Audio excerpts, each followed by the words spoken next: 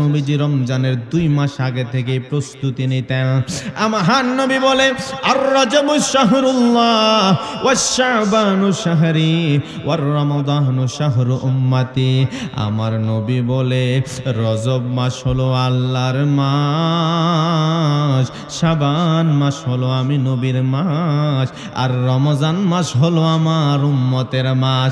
আমার নবী ডাক দিয়া বলে সাহাবীরা রে, ও আমার সাহাবার দল, তোমরা শাবান মাসে ইবাদতের চারা লাগাইবা, আর তোমরা রজব মাসে ইবাদতের চারা লাগাইবা, আর শাবান মাসে ইবাদতের চারার মধ্যে পানি দিবা, পরিচর্যা করবা, আর যখন রমজান মাস আসবে ওই ইবাদতের চারার ফল খাইবা। আমি যুগীবিলের মানুষের কাছে বলতে চাই, গাছ না লাগাইলে ফল খাওয়া যাবে না। ওয়ামা খালাকতুল জিন্না ওয়াল ইনসা ইল্লা লিয়াবুদুন। আল্লাহ রব্বুল আলামিন বলেন, আমি আল্লাহ মানুষকে সৃষ্টি করেছি, জিনকে সৃষ্টি করেছি। আমি মানুষকে 2টা হাত দিয়েছি, এই 2টা হাত দিয়ে এই মানুষগুলার একজনের গাছের ডাব পাড়ার জন্য দিই নাই। এই হাতগুলো মানুষের গাছের ফল চুরি করার জন্য দেই নাই। এই হাত আমি আল্লাহ দিয়েছি, আমি আল্লাহর জন্য ব্যয় করার জন্য। আমি আল্লাহ মানুষ এবং জিনকে সৃষ্টি করার একটাই মাত্র কারণ, এই মানুষগুলা যেন আমি আল্লাহর ইবাদত করতে পারে। ও বন্ধু, ও আমার পূর্ব যুগীবিলের বাবা, ও আমার আশিকিন জাকিরিন মুহিব্বিন বাবা, মনোযোগ দিয়া শুনেন। আমার নবীজি হায়াতুন নবী, নূর নবীজি, উম্মতের দরদি, কামলিওয়ালা নবীজি। হায়রে আমার নবীজি বলে, উম্মত, ও উম্মত মনে রাখো গো, আমার আল্লাহ তোমাদেরকে গুরুত্বপূর্ণ একটা বয়স দিয়েছে, যেটা হলো যৌবনের বয়সটা। বহু মূল্যবান সময়। এই মুরব্বীদেরকে জিগায়া দেখেন, যারা যখন যৌবনকালে ছিলেন, বড় বড় অনেক বড় বড় ধানের বোঝা কাঁধে নিজে কিচ্ছু হয় নাই, অনেক বড় বড় অনেক কষ্ট ভারী ভারী কাজ করেছে, বড় বড় গাছ একা কাঁধের মধ্যে নিয়ে, কাটা গাছ বড় বড় গাছ একাই নিয়ে চলে গেছে। কিন্তু এই মুরব্বীদেরকে এখন যায়া দেখেন, মুরব্বীরা এখন ভালো করে 1 বালতি পানি তুলতেও কষ্ট হয়, কারণ আগের এই যৌবনকালের যে শক্তিটা, এই শক্তিটা এখন আর তাদের শরীরে নাই। হযরতে জিবরাইল আমিন ডাক দিয়া কয়ে, ইয়া রাসূলুল্লাহ, নবী গো, ইয়া হাবিবাল্লাহ নবীজি, আল্লাহ তাআলা যখন আসমান থেকে জমিনে বৃষ্টি প্রেরণ করে, আসমান থেকে এই জমিনে কতটা বৃষ্টি পড়ে গো, আমি জিবরাইল আমিন গুনতে পারি। আসমান থেকে জমিনে কতটা ফোঁটা বৃষ্টির পানি পড়ে আমি জিবরাইল এটা গুনতে পারি। কিন্তু যুবক বয়সে যদি কোনো বান্দা ইবাদত করে, ওই ইবাদতের সওয়াব আমার আল্লাহ তার আমলনামায় এত বেশি দেয়, যেটা আমি জিবরাইল গুনতে পারি না। হায়রে আমার বাবা, ও পূর্ব যুগীবিলের বন্ধু, এই তো সামনে রমজান মাস। আমার দয়াল নবীজি বলে, এই আমার উম্মতেরা শোনো, যখন রমজান মাস আসে নবীজি রমজানের 2 মাস আগে থেকে প্রস্তুতি নিতেন।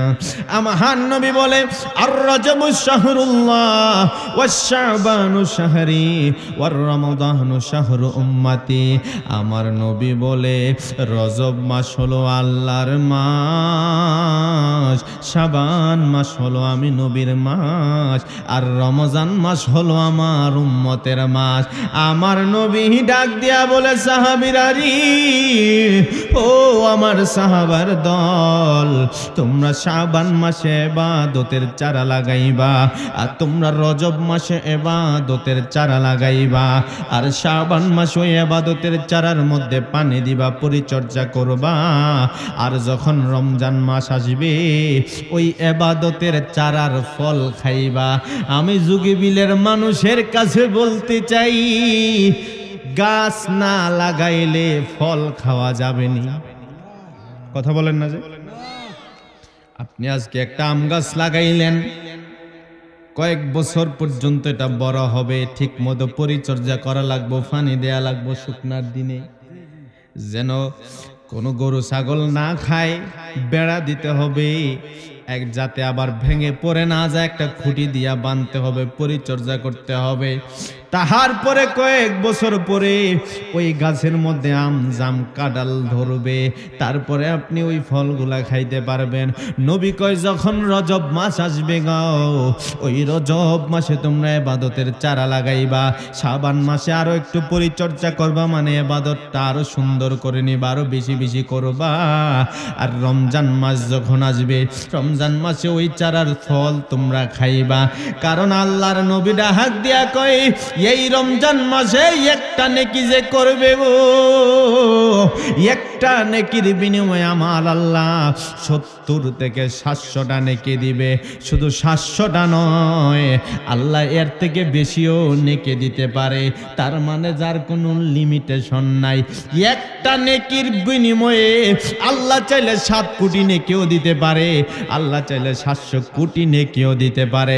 এজন্যই নবী কয় রমজান মাসে ইবাদতের ফল খাইবা, ইবাদত করবা, একটা নেকি পাইবা হাজার হাজার। হায়রে আমার বাবা, সাহাবায়ে কেরাম এই রমজান মাস কত গুরুত্বের সাথে পালন করেছেন জানেননি?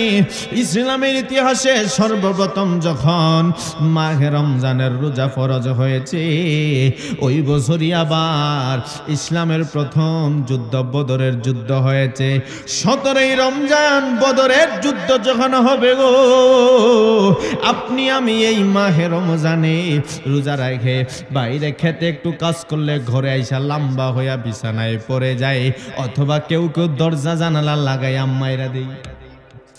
কথা বলেন না কেন? না আপনাকে এলাকাত নাই মনে হয়।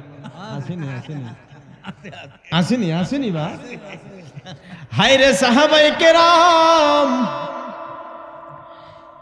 আপনি আমি একটু পানির পিপাসা লাগলে রমজানের রোজা আপনি আমি ভেঙে ফেলি, নয়তো লম্বা হইয়া ফ্যানের নিচে পড়ে যায়।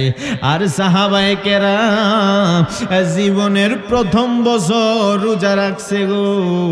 আর এই 17 রমজানে বদরের যুদ্ধ, সাহাবায়ে কেরাম রোজা মুখে নিয়া, এই সাহাবায়ে কেরাম রোজা নিয়া ওই সাহাবায়ে কেরাম যুদ্ধের ময়দানে চলে গেছে। রোজান থাইকা সাহাবায়ে কেরাম মরুভূমির বালিতে পানির পিপাসায় বুকটা শুকায়া যায়, গলা শুকায়া যায়। এরপরও সাহাবায়ে কেরাম পানি জিহ্বায় নেয় না। এই সাহাবায়ে কেরাম রক্ত দিয়া ভিজে যায় ও, কিন্তু এরপরও সাহাবায়ে কেরাম পানি হাতে নেয় না। কেন নেয় না? কারণ সাহাবায়ে কেরামই রমজানের রোজার পরিপূর্ণ কদর দিয়েছে।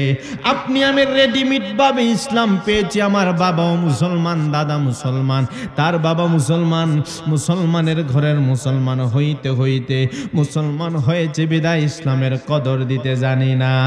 আর যেই সাহাবীরা বুকের তাজা রক্ত দিয়া মুসলমান হইছে, বুকের তাজা রক্ত দিয়া ইসলাম আবাদ করেছে, তারা ইসলামের কদর দিয়েছে, তারা ইসলামের মর্ম বুঝেছে। এই জন্য সাহাবায়ে কেরাম রমজানের রোজা থাকা অবস্থায় তলোয়ার হাতে নিয়ে জিহাদে নেমেছে। ও আমার যুগীবিলের বাবা, আপনারা বলেন এই মাহে রমজানে যতগুলা রোজা আল্লাহ বছর আমাদেরকে দান করবে, আল্লাহ যেন প্রত্যেকটা রোজা পরিপূর্ণভাবে রাখার তৌফিক দান করে। সকলে বলেন আমিন, আরো জোরে বলেন না আমিন।